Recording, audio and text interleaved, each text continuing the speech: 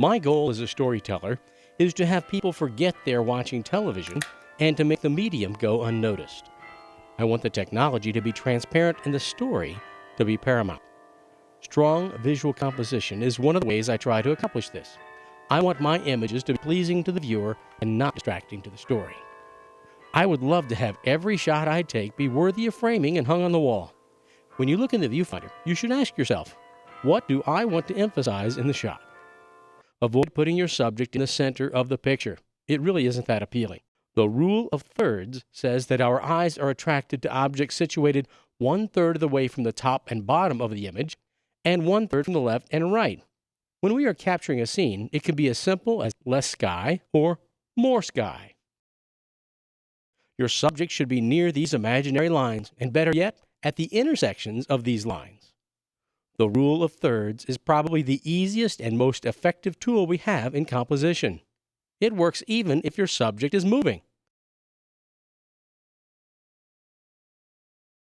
If you're shooting in a widescreen format, it works for that too. Try to give your image balance. Give people looking room or provide something else in the frame to balance your subject. This works very well with two shots. Sometimes creative composition requires you to bend two different areas. Bend your mind and your knees. Be sure to give your subject enough headroom so they aren't crowded by the top of the screen. But having too much of them can be. Always move in close enough that your subject fills the viewfinder. Details in the foreground give your scene depth and dimension. To keep the background from being distracting, avoid objects emerging from the subject. A branch or, like this pole, coming out of the head of your subject is very distracting. Use depth of field to your advantage. Here's a scene shot with a large depth of field and a very small lens opening. By adding a neutral density filter and opening up the lens to compensate for the exposure, we shorten the depth of field and throw the background out of focus. Here's another example.